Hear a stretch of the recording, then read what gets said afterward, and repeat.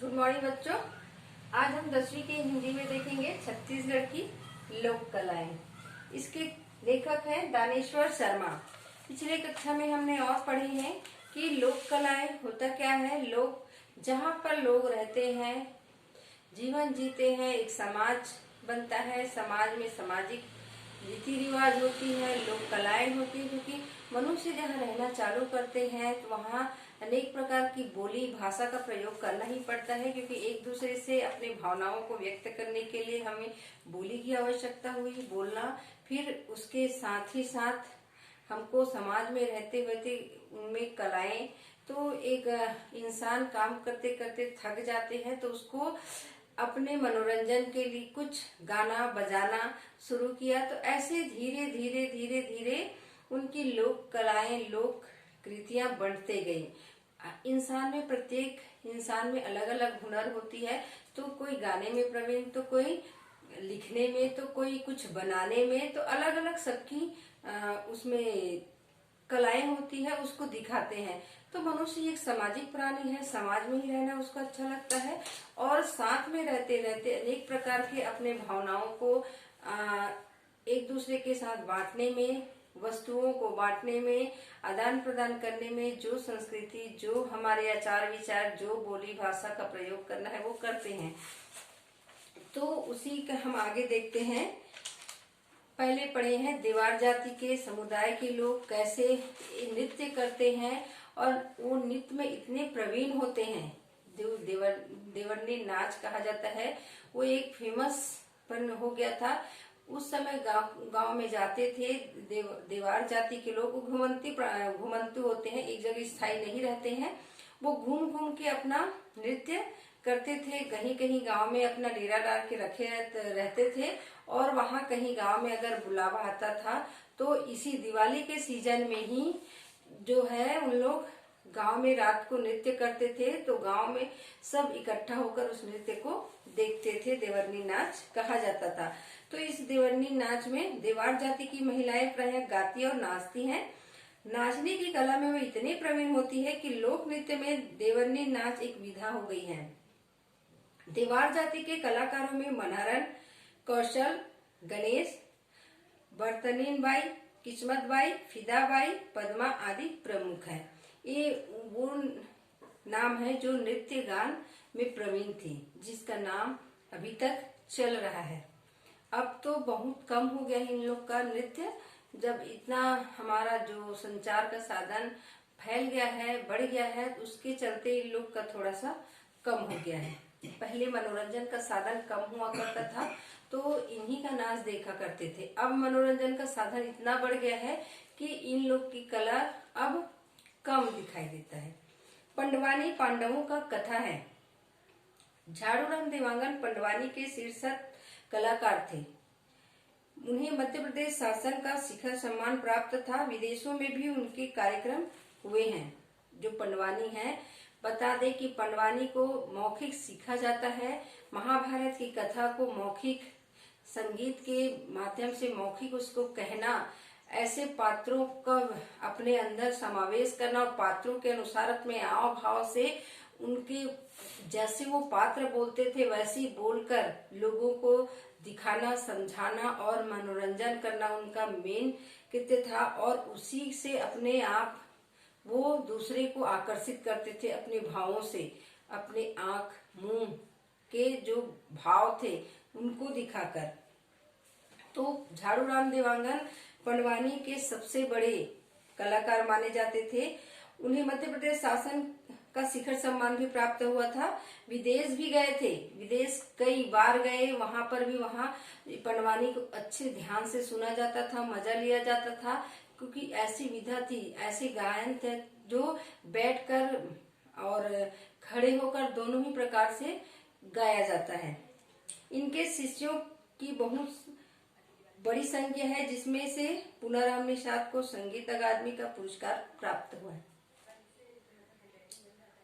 इसके शिष्यों में भी बड़ी संख्या, मतलब जो उनसे सीखे हैं, जो उनसे ज्ञान प्राप्त किए हैं, उनके जैसे तो बन नहीं पाए पर सीखे हैं, उनके शिष्य भी हैं। उसमें पुनाराम निषाद को संगीत अकादमी का भी पुरस्कार प्राप्त हुआ। श्रीमती तीजनबाई कपालिक शैली की पंडवानी गायिका है और उन्हें भी पद्म भूषण का अलंकरण प्राप्त है। तीजनबाई कपालिक शैली, दो प्रकार के शैली जो पंडवानी गाया जाता है वो, तो उसमें से कपालिक शैली कल्पना करके जो अपने बातों को, अपने विचारों को रखते थे। जो तीजनबाई जो थी वो कापलिक शैली, मतलब जो पंडवानी के दो शैली का नाम इसमें कहा गया है, एक है कपालिक और दूसरा है वेदमती और दूसरा है कपालिक। तो वेदमती सब करते थे, परंतु जो तीजनबाई थी वो कपालिक शैली की गायिका थी। तो उन्हें पद्म भूषण का अलंकरण प्राप्त है। रेवाराम, लक्ष्मीबाई, सामे शास्त्री देवी आदि सिद्धहस्त पंडवानी गायिकाओं की श्रेणी में ऋतु वर्मा भी उभर कर आई है, पंडवानी का एक उदाहरण है। तो इसमें कपालिक का कहा गया है, दो शैली में गाए हैं कि एक कपालिक दूसरा वेदमती। तो जो पंडवानी गायिका थी तीजनबाई, जो जिसको बहुत सारे पुरस्कार मिला, वो भी विदेश कितने बार गई है विदेश में। अब वो उम्र होने के बाद अब रिटायर हो गई है, तो अब नहीं जा पा रही है, फिर भी कहीं कहीं पर बुलाने पर विशेष तो वो जाती है, बताती है और पद्म भूषण से अलंकृत है। और वो जो कपालिक शैली में जो वो पंडवानी कहती है, कपालिक शैली का अर्थ है कल्पना करके बताना। तो वो पात्रों का अपने अंदर समावेश करना और अपनी ही कल्पना से वो कथा को कहते जाती थी, कल्पना करते जाती थी कि कैसे अर्जुन को क्रोध आया होगा, कैसे गांडीवधारी अर्जुन अपना गांडी उठाया होगा, कैसे धनुष बाण चलाया होगा, कैसे भीम को क्रोध आया तो भीम कैसे चले होंगे, कैसे वो अपने दुश्मनों को मारे होंगे। ये सब कल्पना करके किस प्रकार वो वहां पर चले होंगे, क्योंकि वो देखे नहीं है, महाभारत को देखी नहीं है, फिर भी वो कल्पना कर करके कि किस प्रकार उसमें कैसा क्रोध आया होगा, वो किस प्रकार से अपनी प्रवृत्ति को दर्शाती है। तो हर पात्र का वो कैसे वो उस समय उसकी मनोस्थिति रही होगी, ये अपने आप में वो कल्पना कर करके ये बताती थी, चल के बताती थी, क्रोध करके बताती थी, धनुष को चला के बताती थी। मतलब अपने आप में वो अनुभव करती थी, कल्पना करती थी कि उस समय उसकी स्थिति क्या रही होगी, तो उसी के अनुसार वो कल्पना कर करके अपने पात्रों को वो दिखाती थी। तो तीजनबाई घुटनों के बल खड़े होकर अपने कथा का गान करती थी और पात्र के अनुसार में जैसे भीम चलते रहते थे वैसी चल के दिखाना, गांडीवधारी अर्जुन जो क्रोध करते थे क्रोध दिखाना, अपने धनुष बाण को चलाना, ये सब प्रतिक्रिया वो दिखाती थी अपने हाथों से और चेहरे के आव भाव से क्रोध को वो दर्शाती थी।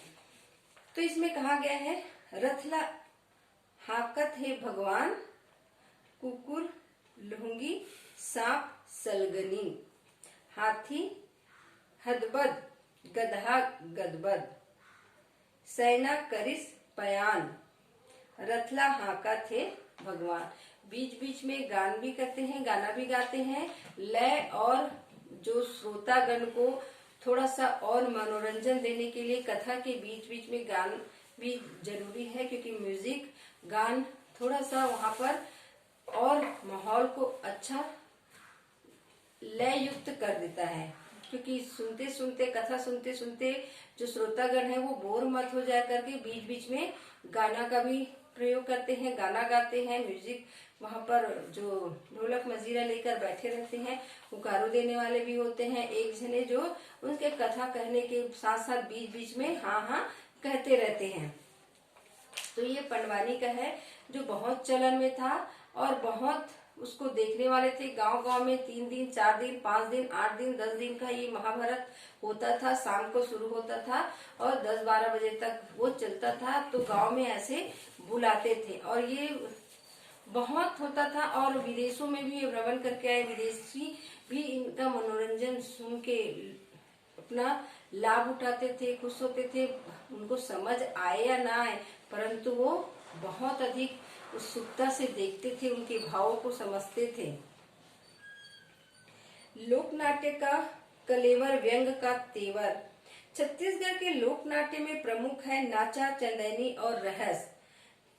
छत्तीसगढ़ के जो लोक नाट्य है उसमें नाचा है, चंदैनी है और रहस है। नाचा अत्यंत सशक्त विधा है और लोकप्रिय भी है। नाचा जो है अत्यंत सशक्त विधा है और लोकप्रिय भी है। इसमें पुरुष ही महिला के वेश में परी बनकर गाते और नाचते हैं। 2-4 नाच के बाद गम्मत या प्रहसन होता है। शुरुआत में तो नाचा में गाने के साथ शुरुआत करते हैं, 2-4 गाना हो जाता है, अलग अलग रोल में अलग अलग नृत्य देकर वो जो पुरुष ही औरत बनकर वहां पर नृत्य करते हैं और सबको वहां खुश करते हैं। उसके बाद 2-3 गाना के बाद उस नाचे में प्रहसन होता है। प्रहसन मतलब नाटक दिखाते हैं, कुछ ऐसा ज्ञानवर्धक नाटक जो समाज के लोगों को जो देख रहे हैं उनको शिक्षा दे, ज्ञानवर्धक शिक्षा दे, चाहे चोरी के बारे में हो या नशा मुक्ति हो या बेटी बचाओ हो, दहेज ना देने के मामले में हो, बहुत कुछ शिक्षाप्रद, पढ़ाई के मामले में हो, बहुत सारे शिक्षाप्रद नाटक वहां पर दिखाया जाता है। और उसके बाद गम्मत या प्रसर अत्यंत तीखा व्यंग होता है। व्यंग से भरा हुआ समाज को व्यंग इंगित करता है कि जो भी कार्य हो रहा है वो ऐसा नहीं होना चाहिए। समाज के ऊपर एक तीखा व्यंग कसा जाता है, किंतु उसका समापन किसी अच्छे आदर्श को इंगित करता है। नाचा और गम्मत दोनों को मिलाकर नाचा कहा जाता है। नाचा रात भर चलता है और सवेरे कर्मा के साथ समाप्त होता है। नाचा जो है रात भर चलने वाला है और 1-2 प्रहसन होने के बाद लास्ट जब होता है तो किसी कर्म नृत्य के साथ सब मिलकर उसको उस गाने के साथ, नृत्य के साथ इसको समाप्त करते हैं। प्रहसन होने के बाद समाप्त करते हैं। नाचा रात भर चलता है। स्वर्गीय मदार जी दाऊ नाचा के बहुत बड़े कलाकार थे। आज से 60 वर्ष पहले बोडरा, गिरनी और रवेली की नाचा पार्टी प्रसिद्ध मानी जाती थी। बाद में रिंगनी रवेली पार्टी एक हो गई। लालू राम और मदन लाल इस पार्टी के सशक्त कलाकार थे, जिसके नाम से लोग टूट पड़ते थे। मतलब उसका नाम सुन के ही लोग नाचा देखने जाते थे, दूर दूर तक जाते थे, क्योंकि नाम से ही उस नाचा पार्टी का चलन था। नाम से ही लोग जानते थे और नाम के कारण ही दूर दूर तक उसको देखने जाते थे। पुरुष ही महिला बनकर ऐसे अभिनय करते थे कि देखने वाले को पता ही नहीं चल पाता था। ऐसा उन लोग अपने आव भाव और नृत्य करते थे। लालू राम ने हबीब तनवीर के निर्देशन में तैयार चरणदास चोर में चरणदास की अविस्मरणीय भूमिका निभाई और विदेशों में भी ख्याति अर्जित की। जो चरणदास चोर की भूमिका निभाई वो यहाँ तो यहाँ विदेश में जाकर भी ख्याति अर्जित किए, लोकप्रिय हुए। फिल्म मेसी साहब में उसकी छोटी सी भूमिका भी प्रभावकारी है। नया थिएटर दिल्ली के एक नाट्य में मद्रासी पंडित का जीवंत रोल करने का करेन ने उसका चित्र छापते हुए टिप्पणी की। जो मद्रासी पंडित का रोल किया था उसके लिए हिंदी स्टेज है at to friend Lalu Ram, अर्थात हिंदी रंगमंच पर अभी लालू राम पैदा नहीं हुआ है।